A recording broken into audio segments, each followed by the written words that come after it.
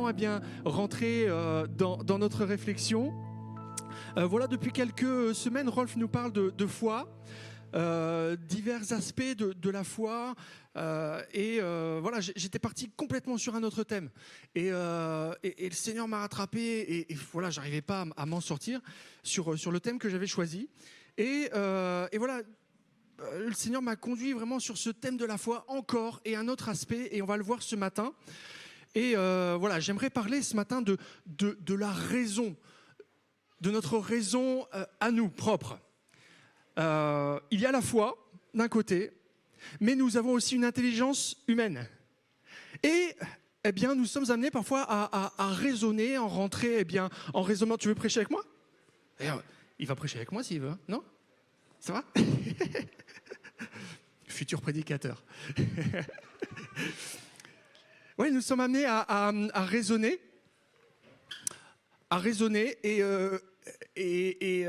Voilà, il y a un temps pour tout. Et on va le voir dans notre... Je t'ai piqué ta voiture. Hein. Je vais te la rendre quand même. Et voilà, on va voir qu'il y a un temps pour tout, un temps pour avoir la foi et un temps pour raisonner. On peut quand même se poser la question, est-ce que finalement ce qui vient de nous-mêmes, la raison avec laquelle on peut aborder telle ou telle situation, est-ce qu'elle est bonne? Est-ce que finalement c'est pas le fait de raisonner la fin de la foi? La fin de la foi. Et pour commencer cette pensée, en introduction, il y en a beaucoup qui sont déjà partis en vacances ici. Toi, tu es parti, tu es déjà revenu. Ok. Est-ce qu'il y en a qui sont partis en vacances en avion, quelque part? Toi? Génial. Ouais. La Guadeloupe, les Antilles? Le Congo, pardon. Le Congo, c'était bien? T'es arrivé à bon port. Je vous invite à fermer les yeux, là. Voilà, fermez les yeux un petit peu. Et imaginez que là, maintenant, moi, je vous offre un voyage. Amen. C'est cool quand même. Bon, et si tout le monde dit amen, là, je suis un petit peu mal. Hein. Je suis un petit peu mal. Mais imaginez que je vous offre un voyage, voilà, fermez les yeux et imaginez votre destination de rêve. Ah, j'ai déjà entendu des... C'est bon, vous avez votre destination de rêve? Ouais, c'est bon. Alors imaginez, vous partez, voilà, tout va bien. Vous arrivez à destination, mais maintenant, je vous dis une chose, c'est que le pilote, c'est moi. Est-ce que vous partez toujours? Je vous assure, j'ai jamais fait d'études d'aviation, d'accord? Ni de pilote, ni rien, mais j'ai la foi. Ok? C'est bon? Vous partez toujours ou pas? Il y en a qui aiment bien se mettre en danger. Hein. Il y en a qui veulent partir quand même. Ok? Bon, je sais pas, si j'étais dans votre cas, moi j'hésiterais un peu quand même. Hein. Je me dis, le gars, il a pas fait... c'est pas un pilote. Je vais quand même réfléchir à 2 fois avant de partir, plutôt que voilà, de me retrouver dans la mer avec l'avion. Hein. Il s'est passé quelque chose là, c'est que... Quelle est la différence? Effectivement, je vous dis que vous partez dans tel ou tel pays et là, vous ne vous posez pas la question en fait, de savoir si voilà, le pilote est bien, vous avez confiance en lui. Vous avez confiance en lui, c'est un pilote, vous ne le connaissez pas. Vous ne savez pas qui il est, mais c'est un pilote. Mais dès que moi, je vous dis que c'est moi qui prends les rênes de l'avion, là, vous hésitez. Parce que, on fait quand même fonctionner notre raison. D'un autre côté, on a foi en quelqu'un, même si on ne le connaît pas, mais on a foi en ses compétences. Et moi, si je vous dis que c'est moi qui pilote, on hésite parce qu'on raisonne tout simplement. On se dit, là, il y a un danger. Là, il y a un danger, il ne sait pas piloter, ce n'est pas son métier, il ne connaît pas le moindre bouton de la grande panoplie de boutons qu'il y a sur ce tableau de bord. Et donc, il peut y avoir un danger. Et voilà, dans notre vie, c'est pareil. Jésus nous demande d'avoir la foi. Jésus nous demande d'avoir la foi, c'est un fait, parce que c'est par elle que déjà on peut être sauvé. On est d'accord avec ça? Qu'on peut être sauvé, et puis c'est par elle qu'on peut progresser aussi dans la vie spirituelle. Mais il faut bien avouer que dans notre vie, je ne sais pas si ça vous est arrivé, mais dans notre vie, il y a des circonstances où on fait preuve de raison. On réfléchit et ça nous a aussi sauvés de quelques dangers que ce soit. Ça vous est déjà arrivé? Bien sûr. Hein?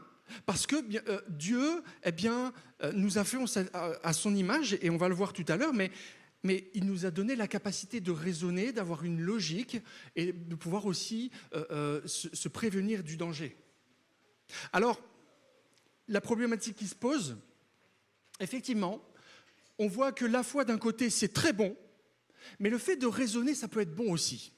Alors, est-ce que finalement, c'est le sujet de notre pensée ce matin, est-ce que finalement la raison va à l'encontre de la foi? Et on va le voir ensemble. Donc, premièrement, croire et raisonner, c'est bien. Je dis bien croire. On va peser les mots.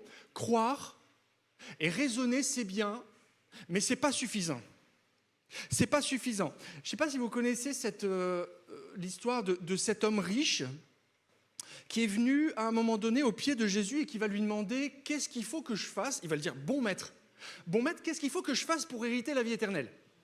Et Jésus va lui dire « Voilà, il faut que tu fasses ci, ça, machin. » Et le jeune homme il va dire « Mais j'ai observé tout ça dès ma jeunesse. » Jésus va être étonné et il va dire « C'est bien, tu es une bonne personne, mais il te manque peut-être une chose.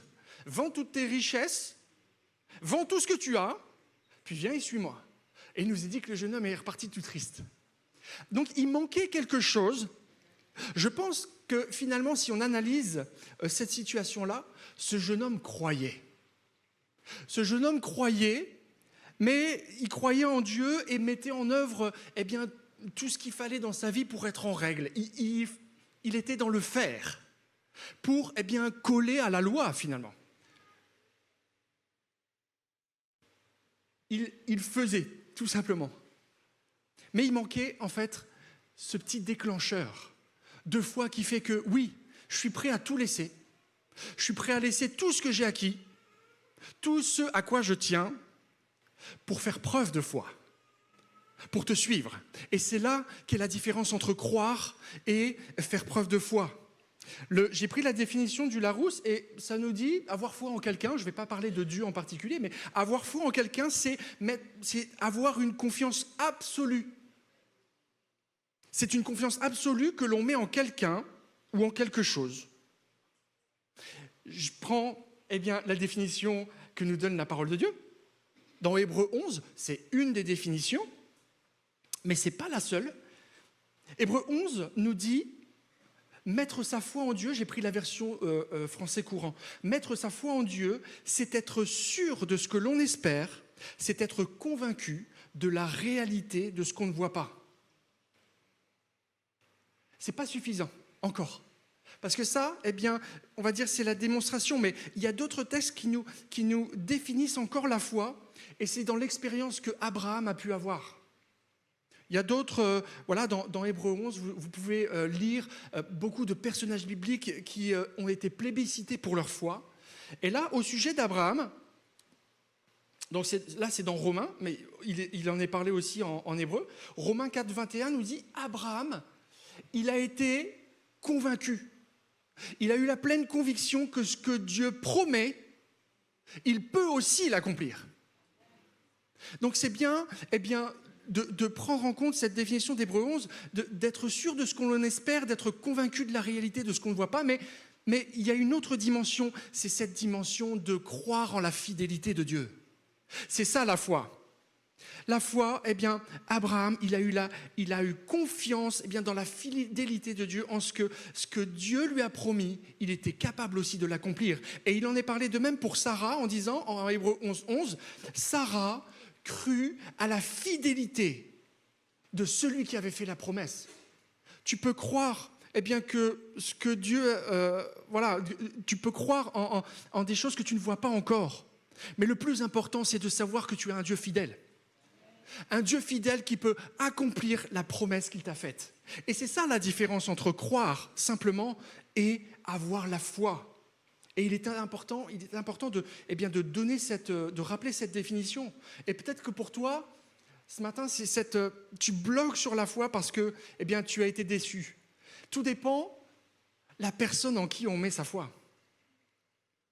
Tout dépend la personne en qui on met sa foi. Peut-être que ce matin, tu as été déçu par quelqu'un parce que tu as mis ta pleine confiance, comme le dit cette définition, en cette personne. Parce que, eh bien, il a été convaincant, peut-être.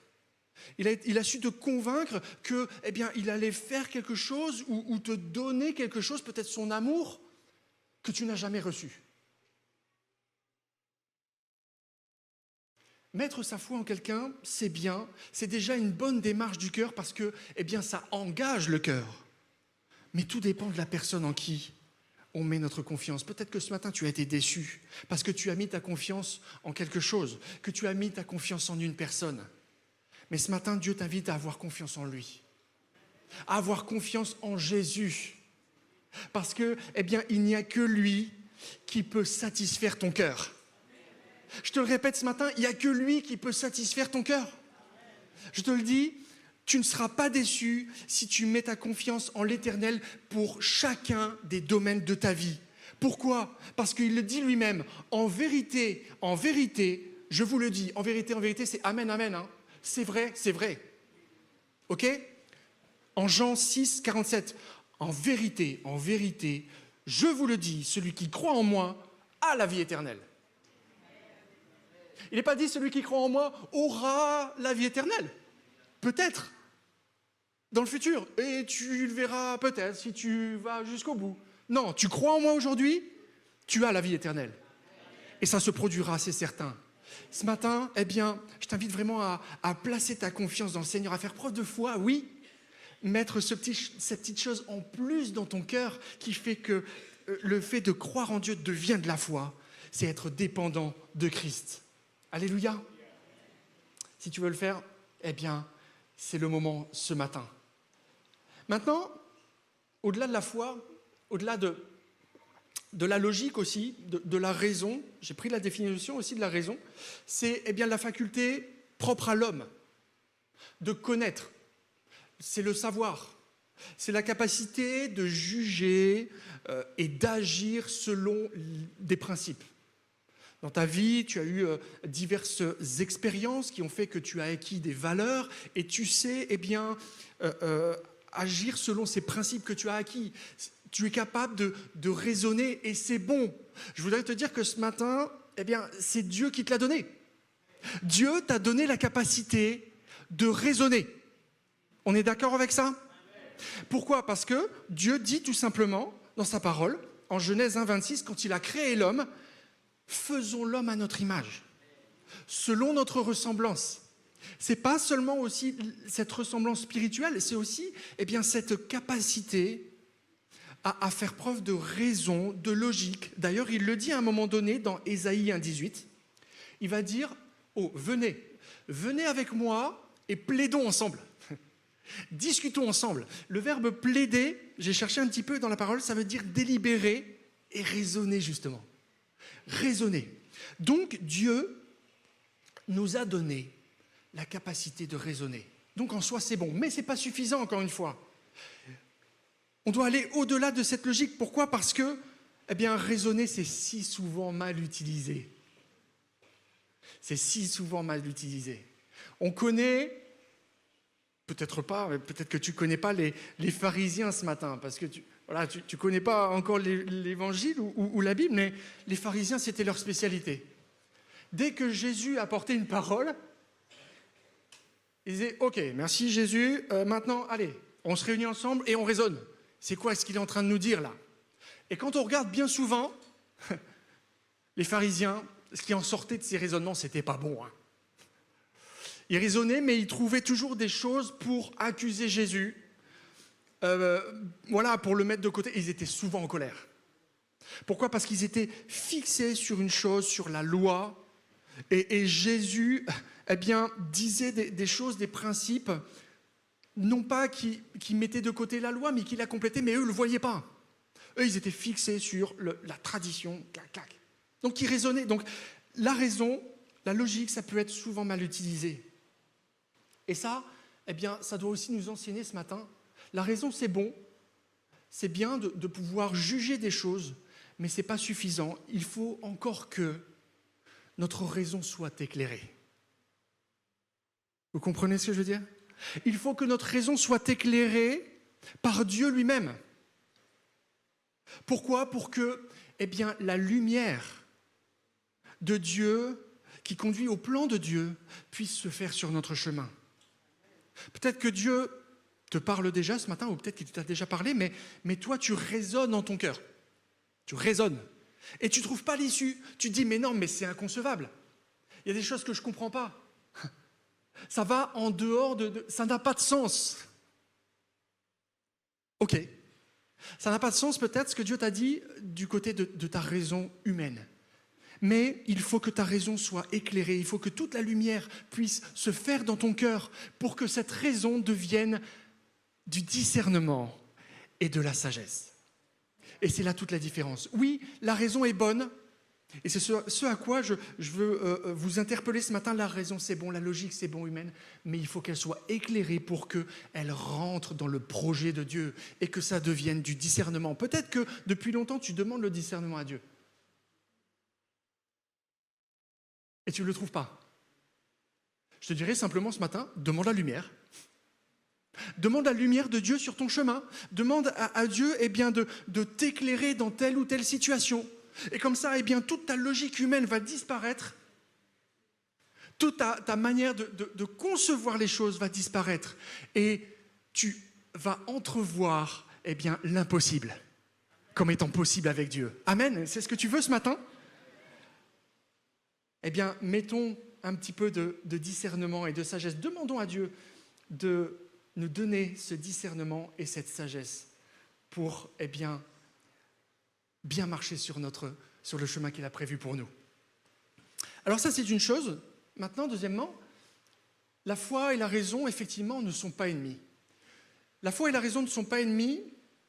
Et premièrement, la raison, peut écarter les dangers d'une foi insouciante. Je m'explique. Vous connaissez Joseph? Ouais? Joseph, c'est un personnage extraordinaire. Hein? Mais alors, si j'avais été son frère à un moment donné, je crois que je lui aurais cassé la tête. Ça va, je ne vous choque pas? Il nous est dit en Genèse 37:5, Joseph eut un songe. Et il le raconta à ses frères qui le haïrent encore davantage. Vous connaissez un petit peu la situation? Non, je vous l'explique. Joseph, c'est le chouchou de son père et de sa mère. De sa mère plus, je crois. Ouais, les mamans ont peut-être plus de chouchous que les papas. Hein. Je ne sais pas. Bon. Joseph, c'est déjà le chouchou de la famille. Et ce n'est pas une famille de 2 enfants. Hein. C'est une famille de 12 frangins. Et donc les autres, là, ils se disent « Oh, c'est bon, mais nous, on existe aussi. Joseph, c'est bien, mais nous, on existe. » Donc déjà, il y a une atmosphère qui n'est pas très très bonne dans la famille. Mais Joseph, insouciant, avec sa foi, Dieu lui parle. Et il va dire « Hé, les frangins, vous allez vous courber devant moi ?» Je sais pas, vous êtes le frangin, là, à Saint-Estanté, ok? T'es la frangine, toi. T'es la frangine à l'instant T. T'as déjà eu du ressentiment contre... T'as un frère ou une sœur? 5? C'est la moitié de la famille de Joseph. Presque. Mais imagine, là, dans ton cœur, purée, tu te dis, ça va, t'es déjà le chouchou, mais moi, me courber devant toi, ça empire les choses. Mais du côté de Joseph, finalement, on peut voir que, il a peut-être manqué un peu de discernement. C'est vrai, tout ça. C'était une prophétie de la part du Seigneur. Dieu a parlé à Joseph. Mais ce que je veux dire par là, c'est que peut-être que dans l'insouciance de la foi de Joseph aurait pu se taire et analyser la situation, cette atmosphère pas très bonne, en disant « Oh, attention, je risque de faire pire que mieux. » En faisant preuve de cette foi insouciante, en étant peut-être content de ce que Dieu m'a parlé, en voulant partager. On veut partager quand Dieu nous parle. C'est tellement extraordinaire. Dieu nous parle dans notre cœur, ça nous fait du bien et on veut le partager. Mais parfois, il nous manque, vous voyez, ce discernement. Et avec notre foi insouciante, paf, on vient heurter notre frère, notre sœur ou simplement notre entourage en manquant de sagesse. Et Dieu veut nous amener là à analyser ce qui peut être mauvais pour notre frère. Nous sommes amenés à aimer les autres. On est d'accord? Dieu nous parle à nous-mêmes, c'est bien. Mais dans ces situations-là, il ne faut pas qu'on pense à nous-mêmes, sinon ça devient de l'orgueil.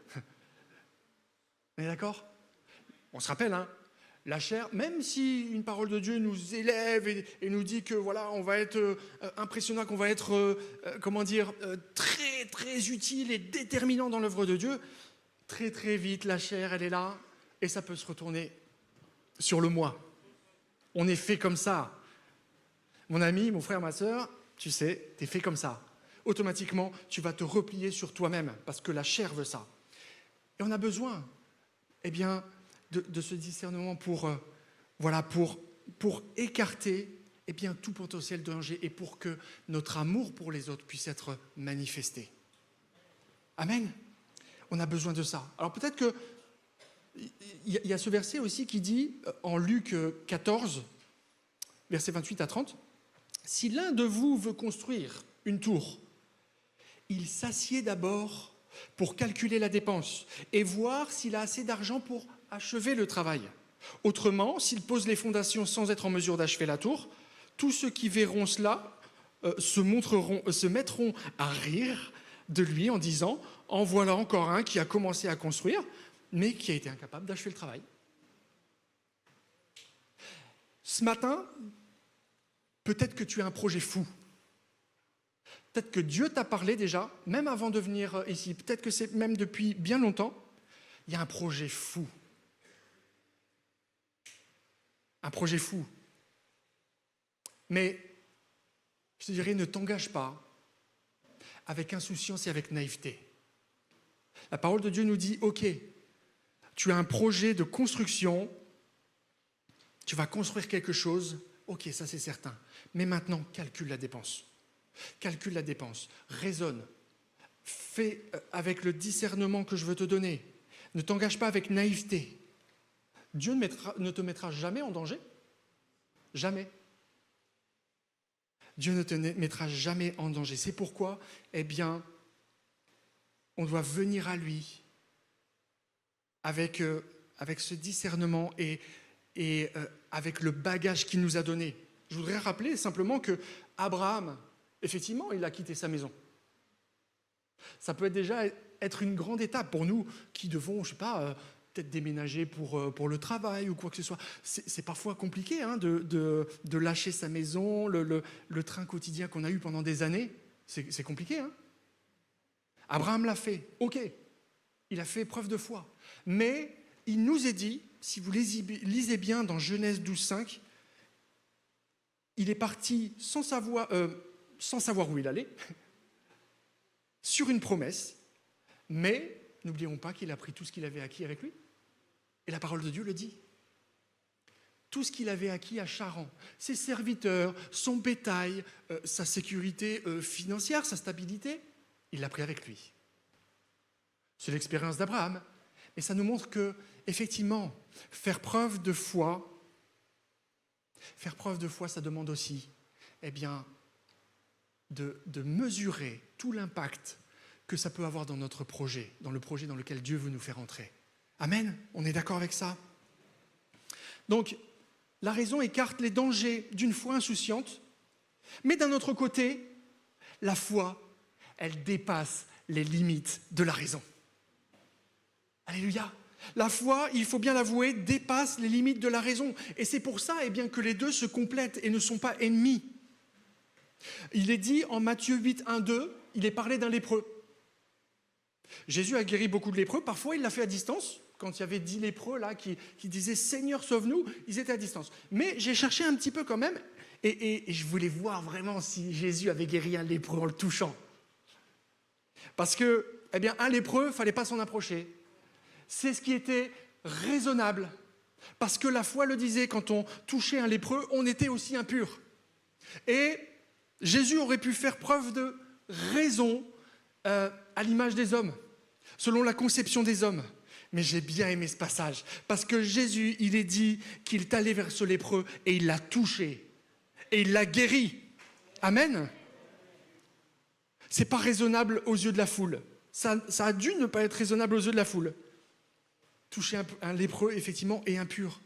Mais parfois, on est appelé à dépasser la raison qui nous bloque dans notre monde, là, pour aller voir ce qui se passe dans le domaine du royaume des cieux, là. Amen. Et peut-être que ce matin, tu es bloqué, justement, par ton orgueil intellectuel. Ce matin, c'est ça qui t'empêche d'avancer. Comme on l'a dit tout à l'heure, il y a un projet devant toi, ou alors tout simplement la vie, et tu t'es dit non, c'est pas possible. Il y a quelque chose qui bloque pour moi, c'est impossible que Dieu me guérisse. Les médecins m'ont dit que c'était incurable. C'est incurable. Le raisonnement humain. Et tu es peut-être bloqué là-dedans. Ça peut être autre chose, ça peut être ton boulot. Depuis tant d'années, tu rêves de sauter un palier, d'être plus responsable qu'en bas de l'échelle. Tu as démontré ton engagement dans l'entreprise, etc. Et tu souhaiterais progresser, et puis tu l'as demandé dans tes entretiens avec tes responsables, et rien. Et tu dis non. Non, je suis dans le collimateur, c'est pas possible que je progresse, et je progresserai jamais là. Fais preuve de foi. La foi dépasse l'entendement humain. Demandez et vous recevrez. Pour le peu que ça rentre bien sûr dans la volonté de Dieu. Bien sûr, on ne va pas demander n'importe quoi qui pourrait venir en danger pour notre vie.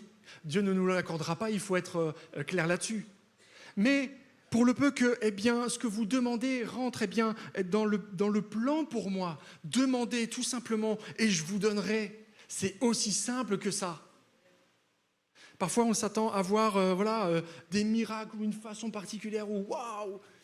Oui, ça arrive de manière spectaculaire. Mais Dieu est simple aussi. Dieu est simple et il donne. Amen. Est-ce que tu crois ce matin que Dieu peut te donner si tu fais preuve de foi? Simple, la foi d'un enfant. Il nous en est parlé dans la parole de Dieu. Jésus a dit à un moment donné, laissez venir les enfants à moi, parce que le royaume des cieux est pour ceux qui leur ressemblent. Amen. Je ne sais pas vous, mais moi j'aimerais retourner un petit peu en enfance pour pouvoir croire de cette manière. On est devenu si compliqué avec l'âge. Excusez-moi, j'ai que 39 ans, je ne vais pas non plus dire que je suis vieux, mais qu'est-ce qu'on devient compliqué avec l'âge? Souvenez-vous de votre baptême, de cette période-là où le Seigneur vient et touche votre cœur pour ceux qui l'ont vécu. On est tout feu, tout flamme, on croit tout. On croit tout. Ouais, le Seigneur, il va agir, mais c'est certain. Ah, il t'arrive ça, mon frère. Mais le Seigneur est extraordinaire, il va agir, tu vas voir, prie, c'est sûr. Est-ce qu'aujourd'hui, avec 20 ans de conversion et ton petit train quotidien et le Seigneur que tu n'as plus vu agir depuis des mois ou voire des années, tu dis « Waouh, c'est extraordinaire, le Seigneur va agir, tu vas voir. » Et t'arrives ça dans ta vie? Ah purée. Parfois, ça arrive. On a un Dieu ou pas? Amen. La foi d'un enfant. Alléluia. Un des plus grands murs, comme je le répète, un des plus grands murs qui empêche d'avancer, c'est l'orgueil spirituel. Et justement, la foi nous aide à dépasser ces blocages. Allez, troisième partie.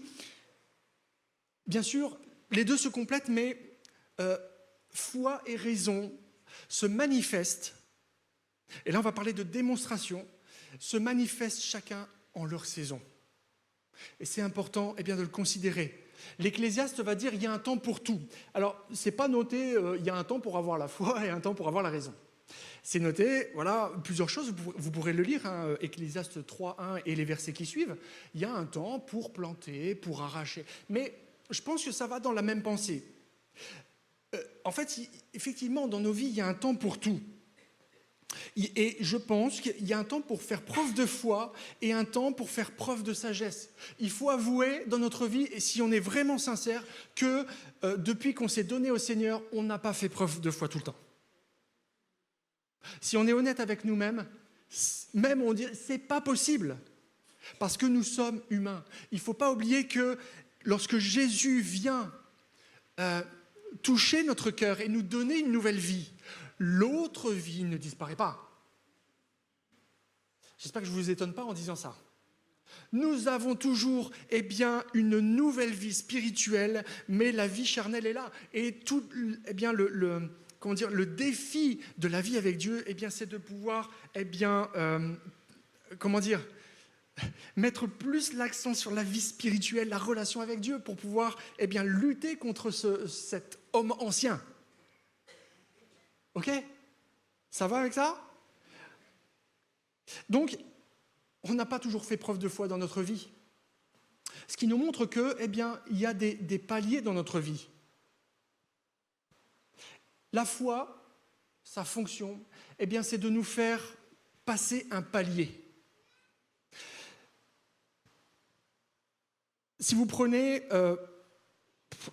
on sent parfois qu'on a un manque après de longues années de conversion. Ça vous est déjà arrivé ? Un manque de Dieu dans notre cœur.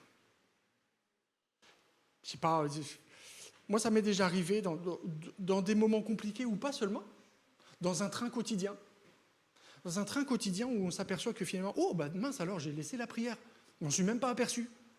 J'ai laissé l'ardeur que j'avais, le cœur que j'avais à la prière, à la méditation de sa parole, ou même au dialogue. Je me suis laissé surprendre par la plénitude de ma journée, 8 heures le matin, aller au boulot, dans la région parisienne, en grande métropole, le temps est compté, n'est-ce pas ? Mais on s'aperçoit en fait petit à petit qu'il y a des choses qui ne sont pas entretenues dans notre vie, dans notre relation avec Dieu. Et oui, on peut sentir un manque après une certaine expérience ou une impression de stagner. Peut-être que tu es dans ce cas-là ce matin, une impression de stagner. Je dirais que ces moments-là, parfois, sont nécessaires. Parce que nous avons besoin d'être vides par moments pour que Jésus puisse nous remplir. Je le répète, nous avons besoin d'être vides, de ressentir en fait ce manque pour que Jésus puisse nous remplir. Et même chacun de nous, on sait, quand on a quelque chose, notre confort par exemple, et que voilà, c'est automatique dans notre vie, on ne s'en aperçoit pas, on vit dedans, mais on ne s'aperçoit pas de la grâce parfois que Dieu nous donne dans notre train de vie. Et parfois on a besoin de vivre des difficultés, ça peut être financier, quelque chose qui vient nous plomber là, et dire « Waouh, comment je fais maintenant ?» Ah là, j'ai pas de solution. J'ai pas de solution. Et c'est vraiment pesant pour moi. Peut-être que tu es dans ce cas-là, dans telle ou telle situation de ta vie. Peut-être que tu stagnes aujourd'hui et que c'est pesant pour toi. Tu as besoin de ce moment-là. Parce que, Dieu prépare le chemin. Le chemin, ce chemin où tu as stagné pendant un certain temps pour pouvoir te faire passer un cap. Et justement, te donner une occasion de démontrer ta foi. Amen. Et je te dirais, saisis le moment. Dieu juge du temps convenable où nous sommes prêts à passer un cap spirituel. Peut-être qu'aujourd'hui, c'est le moment pour passer un cap spirituel. Pour toi, pour ta vie, pour ta famille, pour ta situation. Il n'est pas possible de rester constamment au top dans la foi. Sinon, Jésus n'aurait jamais dit, effectivement, prenez courage. Prenez courage. Allez-y, allez de l'avant. Qui n'a jamais été découragé ? Je ne vois pas de main qui se lève. C'est cohérent. Parfois, on perd courage. Et une démonstration de foi nous permet d'aller au-delà des murs qui se dressent dans nos vies. J'avais une petite punchline. La foi, c'est l'accélérateur qui mène à une vitesse de croisière dans ta vie, dans ta relation avec Dieu. Ouais, tu as besoin de passer des caps parfois. Mais je te dirais, c'est passer un cap et selon ce que Dieu a prévu, peut-être t'arrêter après, te stabiliser. Et c'est là tout l'intérêt aussi de la raison. Je vais parler plutôt du discernement. Si la foi te permet de passer un palier, le discernement et la sagesse te permettent de te stabiliser dans ce palier. Je vais prendre l'exemple d'un alpiniste. Un alpiniste, même chevronné, n'escalade jamais une montagne d'une traite. Pourquoi? Pour plusieurs raisons. Parce que, premièrement, il a besoin de se reposer. Il a besoin de prévenir son corps du danger. Il a besoin aussi de s'acclimater. Vous savez, quand vous montez l'Everest, je ne l'ai jamais fait, mais je pense que voilà, il faut y aller par paliers parce qu'on a besoin d'acclimater son corps, d'assimiler l'altitude. Et dans notre vie spirituelle, c'est pareil. Faire preuve de foi tout le temps et de dire à Dieu, oh, Seigneur, j'ai le feu, oh, je viens de passer des expériences extraordinaires, allez, je veux encore plus. C'est bien, c'est très bien. Mais si tu ne fais pas preuve de discernement pour t'arrêter et assimiler ce que Dieu t'a donné, tu risques de le perdre. Tu risques de le perdre. Parce que tu n'as pas pris le temps d'assimiler la nourriture qu'il t'a donnée, de la digérer et d'établir des principes sur ce que Dieu a voulu t'apprendre. Vous savez, des fois, on apprend des choses et aussi vite on les perd parce qu'on est déjà sur autre chose. Vous comprenez ce que je veux dire? Notre capacité humaine, notre mémoire est défaillante. Effectivement, on a des choses qui rentrent, mais très vite, il y a des choses qui viennent remplacer. Très vite. Et oui, on a besoin d'assimiler ce que Dieu nous donne et gravir continuellement les étapes de la foi avec fougue et insouciance, je dirais.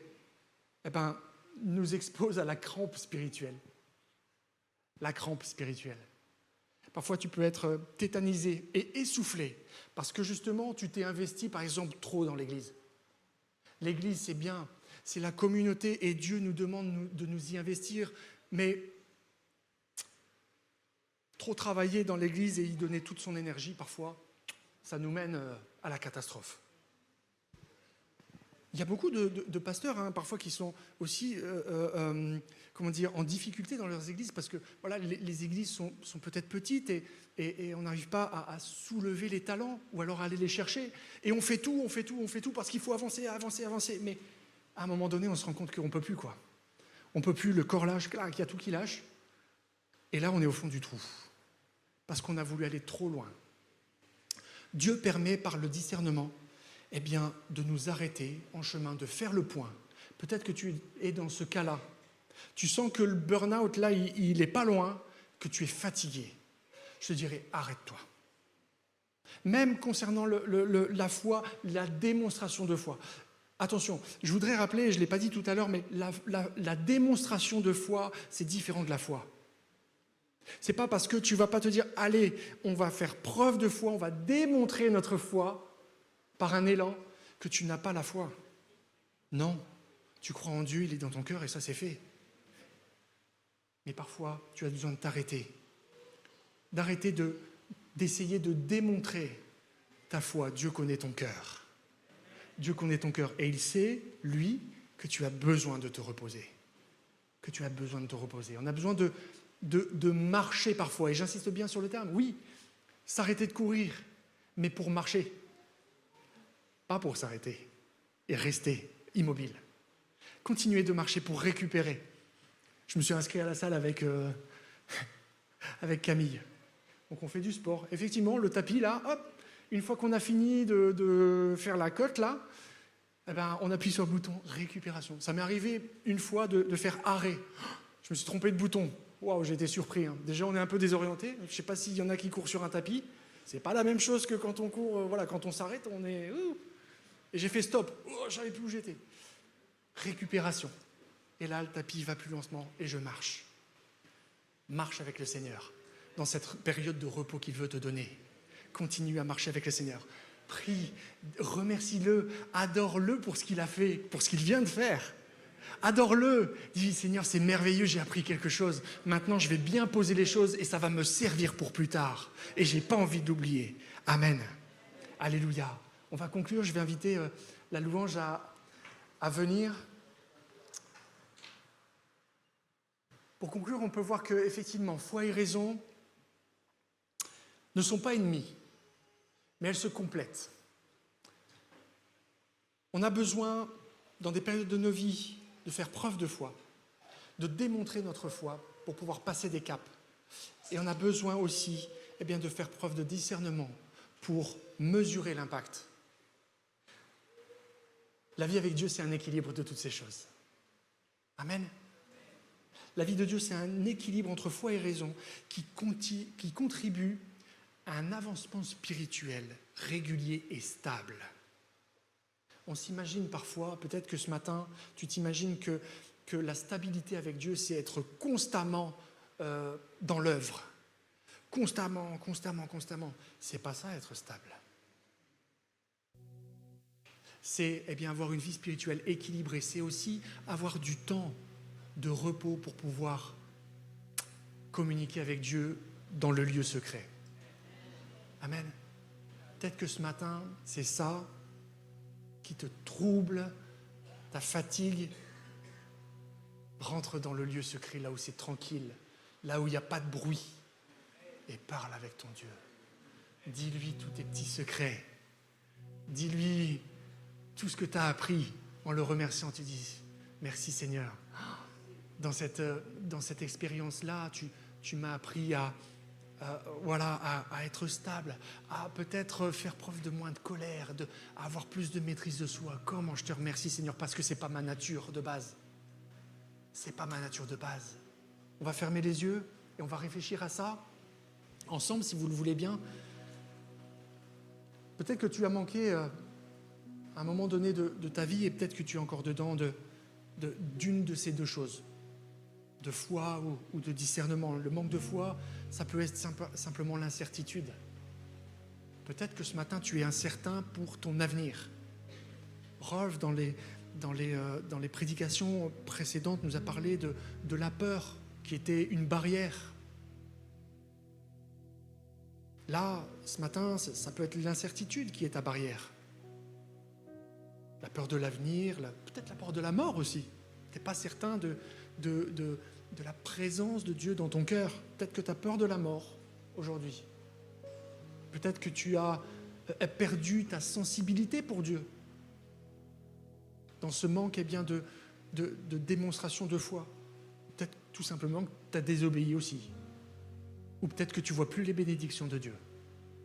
Ce matin, le Seigneur, si tu te trouves dans ce cas-là, veut te remplir à nouveau. Il veut te remplir à nouveau. Mais pour ça, il a besoin de ta foi. Et ce matin, c'est peut-être le moment où tu analyses ta vie, tu te dis, j'ai été sur un palier depuis trop longtemps, maintenant je veux sauter un cap et c'est le moment de dire, oui Seigneur, je viens à toi tel que je suis, j'abandonne tout, prends tout, je fais ce pas de foi. Et ça c'est une réelle démonstration de foi. Amen. Peut-être que pour toi aussi, c'est le manque de discernement qui t'a mené à la ruine financière. Tu te dis, voilà, Dieu m'appelle dans un projet, ok, ça y est, je réfléchis pas, je claque tout. Hop, je mets tout de côté. Sans mesurer l'impact qu'il y a derrière, en fait, peut-être de ce que Dieu t'avait donné, confié.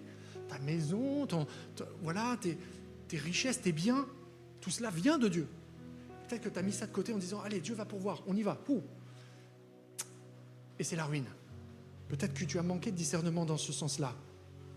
Peut-être que tu as manqué de discernement dans ce que les hommes t'ont fait croire ou ont pu te donner ou ne pas te donner. Peut-être que tu as subi l'abandon à cause de ça. Et même la perte de ta famille. Tes relations avec ta famille. Peut-être que dans une situation, tu as manqué de discernement et les relations, justement, se sont altérées. Tu as besoin de retrouver ça. Peut-être que Dieu veut t'enseigner le pardon dans cette période de discernement. Peut-être que Dieu veut t'enseigner le pardon. Et peut-être que tu as besoin de le recevoir aussi. Manque de foi, manque de discernement. Ce matin, tu connais ta vie. Je ne vais pas aller plus loin. Tu connais ta vie et tu connais ta situation. Et j'allais dire, tu as toutes les billes. Si tu juges que Dieu t'a parlé, alors fais preuve de foi. Je le répète, tout le critère entre la foi, savoir si je dois faire preuve de foi ou si je dois faire preuve de discernement, est-ce que Dieu t'a parlé dans telle ou telle situation? Dieu t'a parlé clairement à faire une chose, fais preuve de foi. Fais preuve de foi. Comme on l'a dit, le Seigneur ne nous met pas en danger. Il a quelque chose de bon puisque c'est son plan, puisqu'il t'a parlé. Mais si Dieu ne t'a pas parlé, n'interprète pas de parole, quelle qu'elle soit. Fais preuve de discernement. Pose-toi et demande à Dieu de t'éclairer. Amen. On va prier ensemble. Seigneur, merci pour cette pensée que tu nous as donnée ce matin. Je crois vraiment que tu as parlé dans nos cœurs. En tout cas, tu m'as parlé dans le mien. Parce que je m'inclus aussi. J'ai tellement besoin parfois de démonstration de foi et parfois de discernement. C'est vrai que, voilà, parfois on est tout feu, tout flamme. On est insouciant. On a besoin de calculer la dépense de nos actes. Calculer l'impact. Seigneur, je te demande vraiment les deux, que je puisse vraiment réagir de la bonne façon dans telle ou telle situation. C'est ça que toi, tu appelles la maturité spirituelle. Et ce matin, chacun de nous, nous voulons avoir la maturité spirituelle afin que nous puissions être solides dans notre foi. Et si ce matin, nous ne te connaissons pas, c'est une grande épreuve de foi que de dire oui, j'ai tout essayé dans ma vie, par moi-même. J'ai essayé d'être riche, j'ai essayé pour combler un manque dans le cœur. J'ai essayé l'amour, ça n'a pas marché. J'ai essayé la satisfaction personnelle, j'ai essayé l'ambition professionnelle. Il n'y a rien qui marche pour combler ce qu'il n'y a pas dans mon cœur. Aujourd'hui, oui, je tente le coup. Tu as tenté le coup de diverses manières, par tes propres moyens. Pourquoi ne pas tenter le coup avec Jésus aujourd'hui ? Pourquoi ne pas tenter le coup par une démonstration de foi avec Jésus aujourd'hui ? Alléluia, merci. Merci Seigneur. Tu vois notre cœur, Seigneur, et tu fais selon la sincérité de celui-ci, pour la gloire de ton nom. Amen. Merci de nous avoir suivis. Si tu as apprécié être avec nous, n'oublie pas de liker et de partager sur les réseaux. Nous proposons chaque dimanche 2 célébrations. Viens nous rejoindre, nous serons heureux de t'accueillir. À la Pépinière, tous les âges sont représentés. Viens booster ta foi au contact de ta génération. Besoin d'un rendez-vous ? Nos pasteurs se tiennent à ta disposition. N'hésite pas à les contacter. Si tu as des questions sur la foi ou sur la Bible, tu peux en discuter avec notre équipe pastorale. Inscris-toi dès maintenant. Tu peux suivre nos prédications, posts et actualités sur les réseaux. N'oublie pas de visiter notre site internet. Tu veux t'intégrer et nous connaître un peu plus ? Télécharge dès maintenant notre application et reste connecté. À bientôt, à la Pépinière.